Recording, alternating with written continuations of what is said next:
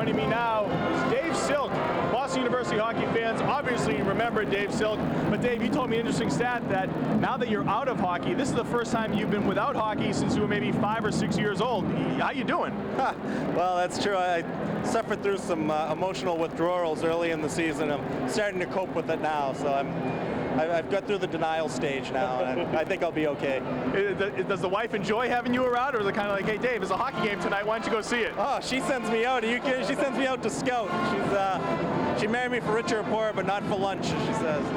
You're an interesting character because for the last 3 years, you were an assistant coach here at BU while you're going to business school. Now that you're in the business world, people are going to ask you about the lockout. You were involved with the NHL for 7 years. What's your take on the lockout, the fact that it ended, and who really won?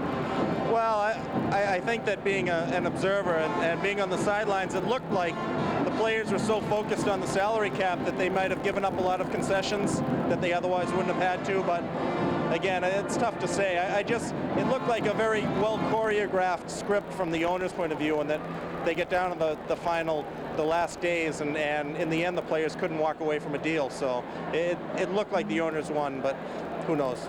In your 7 years in the league, was there any sort of contractual situation like that when you were playing? Well, we suffered through a lot of problems with the Players Association and with Alan Eagleson, and one of the problems historically has been that the players are very trusting and are almost led through blind faith, and you know, what people say isn't always what's best, and so we suffered through it in the 70s and early 80s, and you know, it seems to have continued that way, so it's discouraging.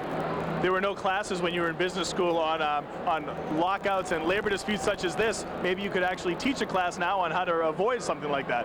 Well, I don't know. We did a lot of negotiation work, and in fact, the job that I have now, we deal with a lot of union plans, so it hits pretty close to home, and you know, the one thing that stands out is that the people that really lose are the fans, unfortunately. But no one wins in a strike.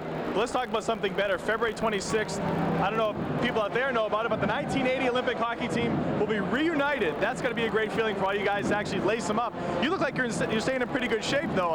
You're going to be all right on the ice. Looks can be deceiving, Howard. I pledged that I'd retire after the alumni game here earlier in the year against the players, but I think we can lace them up one more time.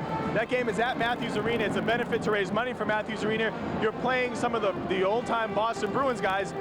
You're actually an old-time Boston Bruin yourself, having played for the Bees for a while. Yeah, that's right. I'll probably be the only guy to ever get traded during an old-timers game. I don't know. I think that I'll play for the 1980 team because I only had a cup of coffee with the Bruins anyway, so I'm looking forward to it. I think it'll be a lot of fun.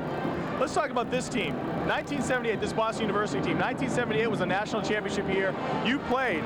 Did you think at that time that it would be this long of a drought until BU had, obviously they had the chance last year and a few years ago. Is this team the team you think that will be able to bring a national championship back to BU? Well, that's a tough call. I think that it's nice that the national championships are in Providence, and maybe that'll bode well for the Terriers. I'm surprised that the team hasn't won since then, but the fact of the matter is that Jack Parker and everyone here is so successful year after year. It's really a testimony to what he's done, and you never know. You never know. I think this is as good a year as any. Dave Silk, thank you very much for being my Between Periods guest.